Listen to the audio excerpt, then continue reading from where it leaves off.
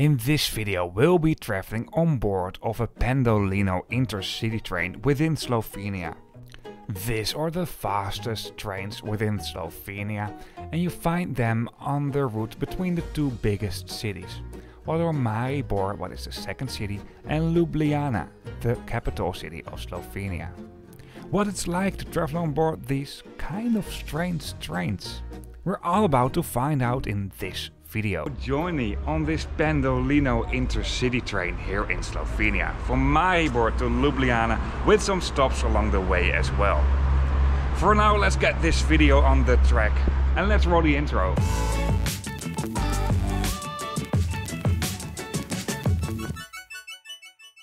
I arrived in Maribor with a train from Graz in Austria. These trains do run very frequent between Maribor and Graz, and there are also some occasional trains that do continue their way to Ljubljana of these trains. Actually, those trains don't need that much more time as the train that we'll be taking in this video. The railway station of Maribor is located not too far away from the city center, and in a good old Eastern European tradition you find a steam engine right in front of the railway station that's exhibit over here. Well, we won't be riding that today. Obviously, around the railway station there are some bus stops to get around in the city center, and I also noticed these share bikes. If you want to rent a car, there's also a car rental company right next to the railway station. However, if you are here on a Sunday morning, like what I did, it might be not that active around here. There's a small terrace where you can order some fast food, and there's also a counter for this terrace in the main concourse. I'll get back to that in a bit. The other side of the railway station, there's a taxi stand, and obviously there are some spots where you can pick up and drop off railway passengers by car around the railway station as well. Maribor is not the most stunning railway station, but it has all the facilities you might need. There are some ticket counters, some places where you can buy food and drinks, and what I really liked is that you have these staffed ticket counters. Obviously you also find vending machines where you can buy your train tickets. The infrastructure for buying your tickets online in Slovenia is not that great, to be honest. Left luggage lockers, some more vending machines for snacks and drinks can all be found within the hall towards the platforms. There's also this shop over here, and they also sell railway related souvenirs. But once again, this was closed on an early Sunday morning. Directions within this railway station have been clearly given, even though it's not that much to direct to because it's not that big. You find these screens that will host information about departing trains. And what do I see here? A bus instead of a train? I'm not so happy to see this, to be honest. Well, I went to the staffed ticket counter to find out what is happening. The lady spoke very well English, by the way, but I found this in general in Slovenia. And what turns out, due to a Second World War bomb they found near the railroad tracks, the rail traffic has temporarily been suspended, so we had to go to the next station by bus, and from there on we can continue our journey by train again. Well, just coincidence, and thank goodness this was on an early, not too busy Sunday morning, so not too many people were impacted by this rail replacement bus, and one bus was also enough to cover the entire load. Well, the train that we'll be traveling on today is not that big anyway. After a short ride over the highway, the bus went to a smaller town, to the railway station of, and excuse me for my Slovenian pronunciation, Pragesko. This is quite a modern but not very big railway station. And over here, our train was waiting for us. I hope you like this video so far. If you do so, or if it's a helpful video to you, please give me a thumbs up. I really appreciate that. If you have any questions, or even if you just want to say hello, some comments, some feedback, please let me know in the comments. And if you'd like to see more trip reports about like this channel is mainly focusing on long distance and international traveling to show you what it's like to travel on a more sustainable way of transportation, then hit the subscribe button if you haven't done this already. For now, let's continue with this video. Well, if you are very familiar with this channel and you saw basically all the videos and you also remember them, you might think you have seen these trains before. For example, as the Alpha Pendular in Portugal, some Avant trains in Spain. Actually, at the moment of editing, I booked a new ticket for one of those Avant trains for next week. But, well, that video might even be coming out earlier than this video. But you might also recognize them as, for example, the Freccia Bianca and some Freccia Argento trains in Italy. This is a tilting train, what basically means that this train will tilt through the curves so it can travel at a higher speed than most other trains and therefore reduce the travel time quite a lot. These specific trains only have 3 carriages. Digital displays at the doors do host route information, carriage number, final destination, etc. and the numbers 1 and 2 do indicate where you find the first and the second class.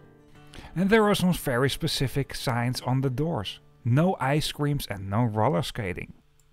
Well, this is very specific. I would like to see the sign that says no hammocks. We've got a whole... Where's the no hammock sign? We got a whole list of things. No. Well, maybe there were some very bad experiences with people who were roller skating through the train with some ice creams. I don't know. Anyway, today I'll be traveling in first class because I'm traveling with the use of a first class Interrail. If you want to go to the first class, you have to walk through a little section of the second class, and here's the first class section that comes in a 2x1 configuration. At the moment I walked in, I also noticed that the cabin was open, so I can have a sneak peek at the driver. Traveling in first class might be a little bit easier to film a bit, and therefore I try to do this more and more often, especially when I travel alone, I have to say. However, if you travel on board of these trains, you most likely travel in second class, and you also find this most. Simply, you have most capacity here. The second class comes in a classical 2x2 configuration. Most seats are like an airline style or long distance buses, but you also find some bay seats facing each other. The leg room is really generous within these trains. Find a small footrest, a magazine rack, and there's a fold-out table in the seat in front of you. To be honest, at first I thought all these fold-out tables were broken, but they are just being held by an elastic. This is very interesting and I haven't seen this before. Obviously you also find a sunscreen in all windows, and this sunscreen is electric and the seats can be reclined. There is a dining car on board of this train, and while my previous experience with the Slovenian dining cars was very good, this here might be one of the most disappointing dining cars I have had on a train. And in this situation I do calculate the vending machine dining cars in the Italian Intercity trains as well. They are even better. Even Eurostar is slightly better. And also keep in mind the dining car is not staffed in the weekends. When they built these trains there were some phone booths as well, but now we obviously have mobile phones, so we don't need this anymore. For luggage, you obviously find the overhead luggage racks throughout the train. However, my general experience with these train types in other countries is that the overhead luggage racks are just really small and, well, not suitable for bigger luggage. However, you will find dedicated luggage racks at the vestibules of these trains. If you walk through the train, it has been clearly marked in what area you're in. The dining car is more or less between the second and the first class, but there's another section of the second class between the dining car and the rest of the train as well. By the way, as far as I know, you can only pay with cash money at the dining car, at least at the moment if it's open. And even though the dining car itself might be quite disappointing, it's nice to see a dining car, and especially on a journey that doesn't take that long. Within the second class there's also a small disabled area, and let it be no surprise that close to this point you also find the bigger accessible toilet within this train. These toilets are totally fine and they look exactly like the Freccia Bianca trains I reviewed earlier on, at least the toilets. And this toilet can also be used as a diaper changing facility if you're traveling little baby. I need to put some force on this, it's cutting quite well. And here you go. It's rather small for the diaper changing facility, but it's okay and it's nice that it's there. Well, this is definitely not the newest train and I think it can use some refurbishment. However, the comfort level in general is really good. Before we move on to the first class, let me show you the regular toilets in the second class. Well, that's basically it. I don't know what else I should say about it. Unlike second class, where the seats do mainly come in an airline style or long distance bus composition, in first class you only find bay seats, so seats facing each other. Just like at the moment the seats do face each other in the second class, at the moment you find these tables, you can fold them out to make them slightly bigger. As you can see over here. The same thing counts in the second class, and this is quite sturdy.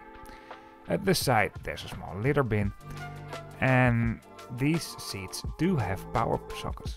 I didn't notice this in the second class. There's also an old-fashioned entertainment system integrated within these seats with a 3.5mm plug, but this didn't work. Believe me, I tested this out. And even though you have quite a lot of space in first class, compared to the second class, I don't really like it because you sit opposite from other people, and if you have two people with long legs, that doesn't work. By the way, for all seats, both in first and second class, the seat numbers can be found right next to the windows, and if there's a reservation, it's been given in here with old-fashioned papers. Within first class you won't find dedicated luggage racks, however between the back ends of the seats you can store quite some luggage. This here is my luggage for this trip. You will find reading lights integrated within the luggage racks, but none of the reading lights I tried was working. For the last bit of this video I'll show you some views from the train along this route. And this is quite a scenic train ride. Slovenia is quite a mountainous country and they are really investing a lot in their infrastructure for the railroad, what is also needed. Also mainly because Slovenia isn't just a destination, but it's also very central located, and if you make an international railway journey in Europe, and especially towards Croatia, you will most likely travel via Slovenia as well. Well, for now just sit back, relax and enjoy the views from the train.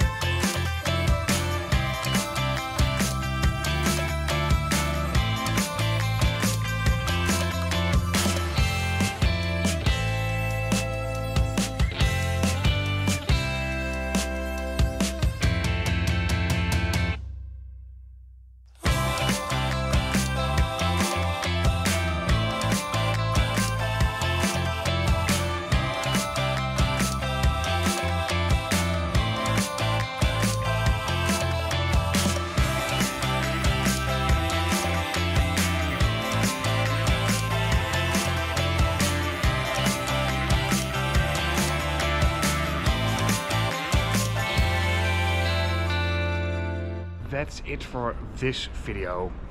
It went a little bit different than expected. Eventually I still had the train. It was a short section only with the bus.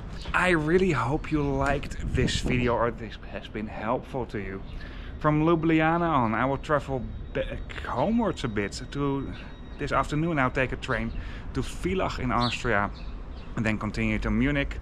Tomorrow I'll make a crazy route via Switzerland back to the Netherlands again, via Switzerland, France, and then Germany to the Netherlands.